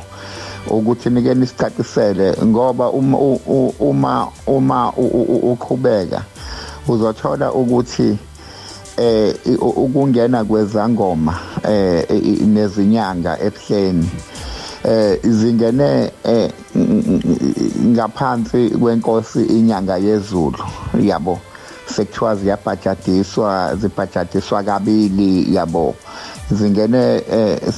kakhulu sekukhona inkosi inyanga yezulu zangena kakhulu ke futhi ke sekukhona inkosi uThingo uyabo okusho ukuthi bekulokhu kancane belokhu kushintsha nje lokhu kushintsha nje kumanazareth. Ngiyabonga nengixolele mangikhulume kabi, ngiyabonga. Mfundisi nangibeka usangweni. Ngikhona emoyeni? Usemoyeni. Ngifuna ukuzwa kahle. Eke sifunde isihlabelelo 2:18-2:18. Yizani wemazulu siyibonile inkosi yethu, lesihlabelelo siqanjwa inkosi uBombela umqali wendlela ngo1934 esezohamba esevalelisa. Yizani wemazulu siyibonile inkosi yethu, sivela thina kwelizayo siyibonile inkosi yethu. Akasho ukuthi inkosi yenu. Uthi inkosi yethu naye inkosi yakhe. Siyanimema wemazulu sinimemela inkosini yethu, sivela thina kwelizayo siyibonile inkosi yethu. Inhle kangaka wemazulu siyibonile inkosi yethu, thina sivela kwelizayo siyibonile inkosi yethu. Thokozani wemaNazaretha siyibonile inkosi yethu. Imbali ngenhlobo zayo ikhanyi nje kwanjengayo. Kholwani wemazulu ngathi thina sodwa sivela kwelizayo siyibonile inkosi yethu. Amehlo kaphathelwana ngabe saniphathela. La inkosi uBombela uyayala uthi lo ozayo emva kwami uthi uyena ongithumile. Uthi futhi kuza inkosi, uthi inkosi. uBombela mekhuluma akakhulumanga ngamakhosi. Ukhulume ngenkosi. Inkosi mayisihamba kusukela ngama-60s ikhuluma ngokuzokwenzeka isihambile yona. Ngesikhathi ikhuluma ngokuzokwenzeka ayikubekanga kahle hle ukuthi khona inkosi emva kwayo. Ngenye indlela izinto zonke ezenkosi. Inkosi ngayezulu bengasho ukuthi ubhuti noma akazithi umfowethu ibithi inkosi. Ibithi inkosi. Ngenye indlela zonke izinto izwe elenkosi. Ngenye indlela uprofeti ngokuthi kuza inkosi. Yafika inkosi. Umprofeti wayefana noJohane umbhaphatisi ezolungisa indlela yenkosi. Yayingeke ifike inkosi izolala emahlane njengoba yena ilala emahlathini. Ngisho ukuthi laba obukhuluma nabo uBombela usho njalo uthi lo oza emva kwami ingakho ngisho noma esemfica elele odakeni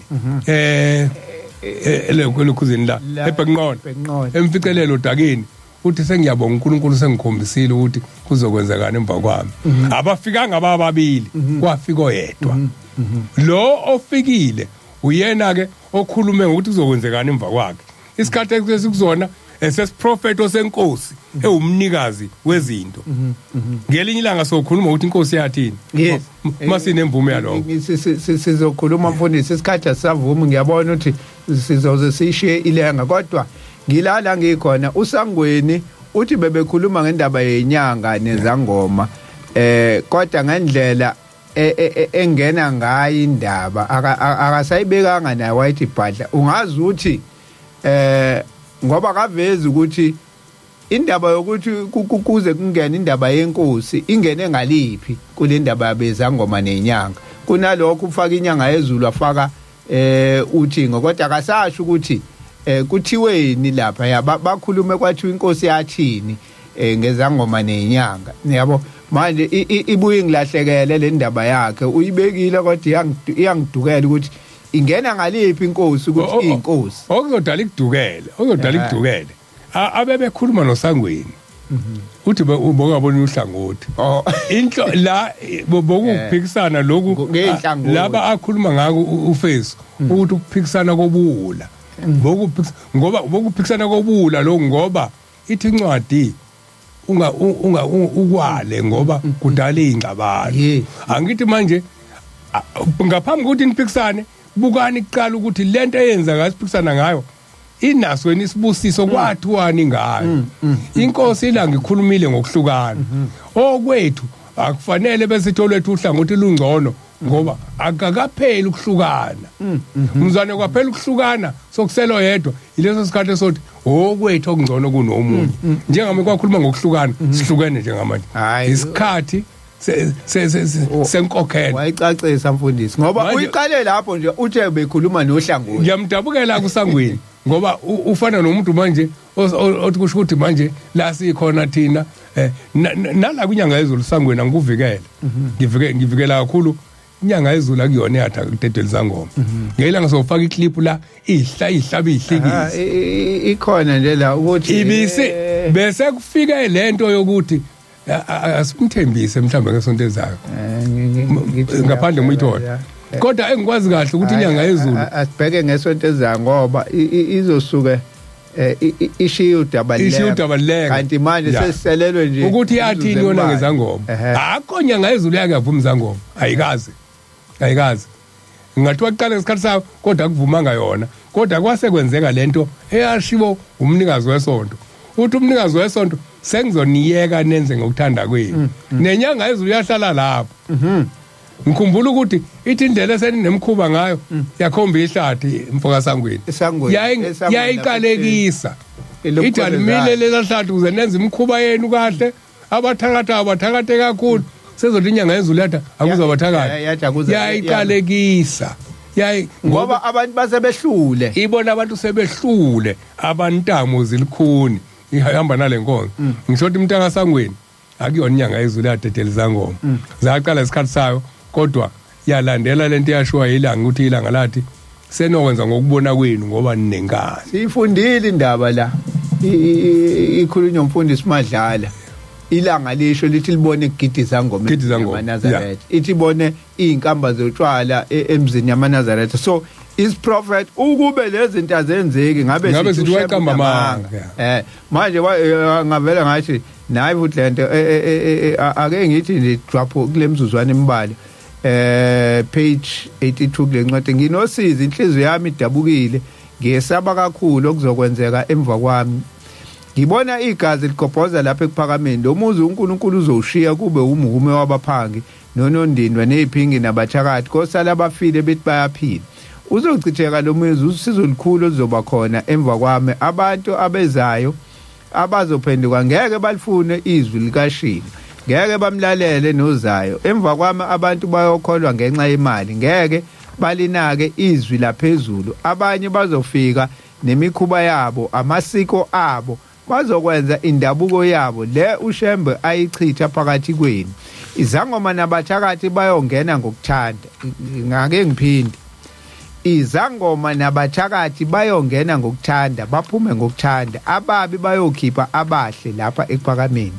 imizi yenu ngibona kumi izimbiza zotshwala kuyo nezangoma zisina emzini yaManazaretha nidla nilobolisa izingane zenu abangakholwa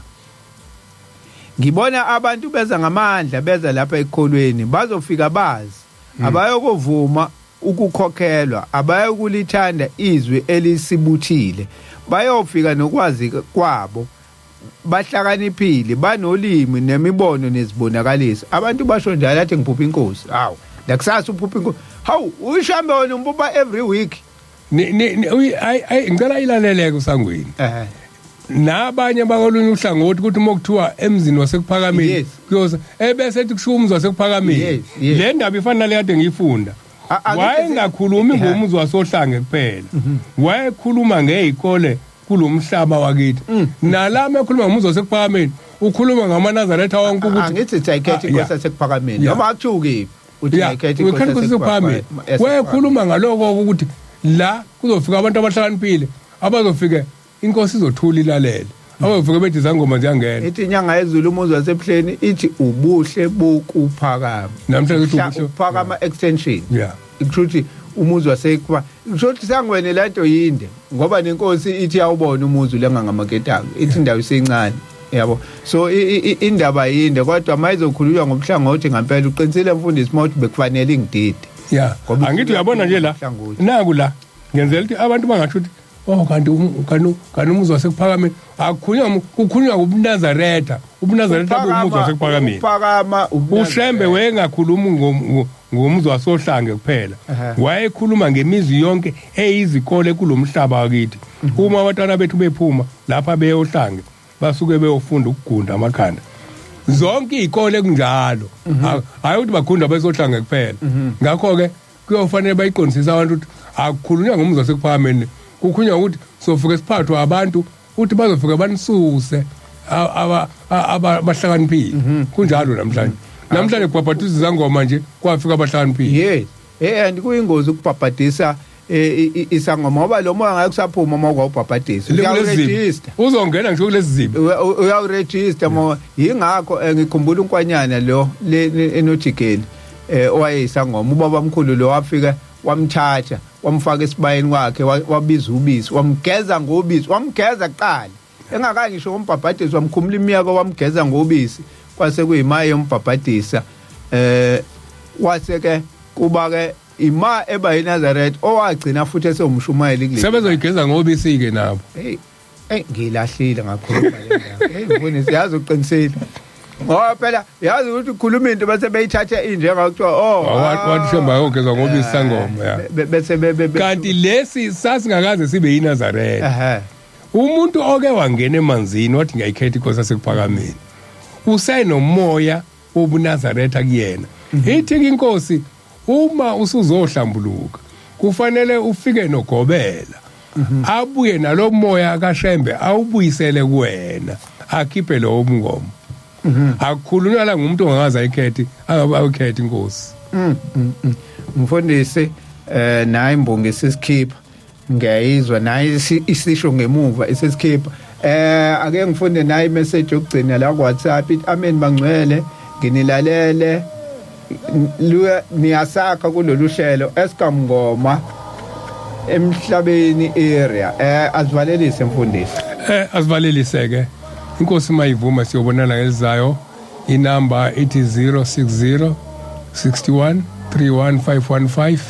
umfundisi umhlongo lo abafuna ukungithinta bayongithinta uthaba amen mfundisi siyabonga uthaba kaSambothi lo inamba 076 054 3833 076 054 3833 Mike Getshini number uyithola lapha ku Facebook usikhumbule kuphakameni ufike uyithole inamba lapho zikhona uNkulunkulu mayisiphinde wavuma siyophinde sibonane ngesabathe ezayo siyabonga ukuthi namhlanje usigcinile nakho uhlelo sesize sifike emaphetheleni alo inkosi ihambe nabo bonke abaya einkonzweni abagulayo izibakhumbule ibe nabo inkosi yomusa iniphilise